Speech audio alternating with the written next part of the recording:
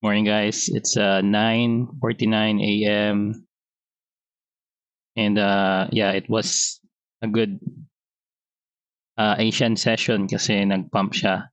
And we'll go over our trades and ano nangyayari yesterday. We have a loss in Aero USDT. Same situation din sila ng SUI na nag-retrace siya ng sobrang malakas. And as you notice right now, nag-pump siya. So unexpected, 'di ba? Parang purely manipulated, pero what I mean is it's one of the few coins na malakas talaga yung retracement. And hindi kinaya yung stop loss natin. Pero okay lang. It's part of the game. And what I did to improve that, I noticed na yung mga list ko of markets is not updated. Yung ginagawa ko kasi is usually I filter the markets for siniscreen ko yung mga markets na good for this strategy. And ito yung mga lumalabas for now for this week. At yun yung mga iti-trade natin at the moment. And wala lang, it's good to point out na markets like Bonk, Pepe, or Fartcoin, and even Dogecoin are very good markets to trade and very stable, especially in the cryptocurrency. Yung reason dyan is not really to elaborate, pero if you think about the ecosystems of some coins, they're actually having a, let's say, live staking or mga liquidity pool, most likely maraming investors, no?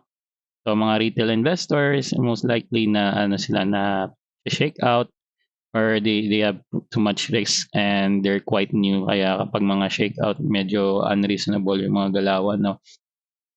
And you compare that to like Pepe or Partcoin or Dogecoin na wala talagang parang investor sentimental. So it's kind of I'd call it a very neutral coin.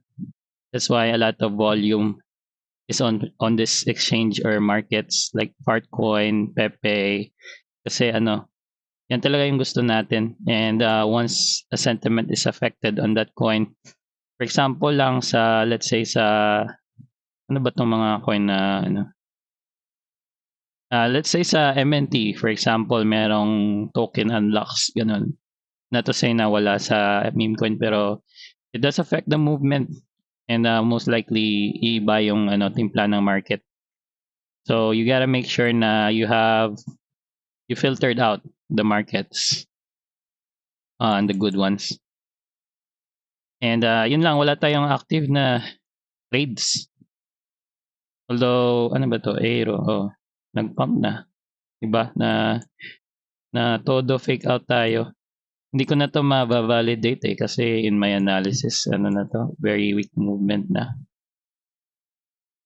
Pero hindi lang naman yan yung nag-pump Nag-pump naman yung iba. So, we'd rather be on that market rather than this one. Wala tayong open trades and I've already scouted the market again prior to this. And nakita nyo hindi tayo binigyan ng entry. Nag-pump na siya. So nag-aantay ako ng entry sa XRP kasi we got supported by this level here in the 4 hours. And I was looking for an entry pero nag-pump na. It's okay. We don't need to FOMO. We're looking for a good opportunity to come in. So baka mamaya pa yan. Pero don't FOMO, don't trade that kasi we don't know baka mag-retrace yan ng todo. Na bumaba pa siya before mag-pump ulit. Go around this area. Diba? If mag-buy ka dito, baka gumanyan pa. So don't FOMO. Even na kahit malusok pa yan sa taas, same. I'll just wait for a retracement. Ganun. And that's one of the trades na tinitingnan ko ngayon or I'm looking for an opportunity. Tapos, the other one I saw was maybe this one, nag-breakout na siya. And same scenario sila ng XRP. So, dalawang trades yung papasukan natin. The only thing I'm looking for, maghanap pa ba ako mamaya na lang, pero yan yung 2 trades na aantayin natin. What else? Wala naman eh, yung trade natin sa WIF, dito tayo pumasok, and same lang sila sa MNT, pero ito, hanggang dito lang yung pump, so di tayo naka-take profit at nag-consolidate na. So, when things are unsure, you just need to get out, even though tama naman pala, bumalik siya. I'm much more confident to enter a trade na sure ako. So, it's either you take small loss or small profit, it doesn't really matter kasi buta lang yan sa trade mo. Kesa sa mag-take ka ng big loss, di ba? Or full SL stop.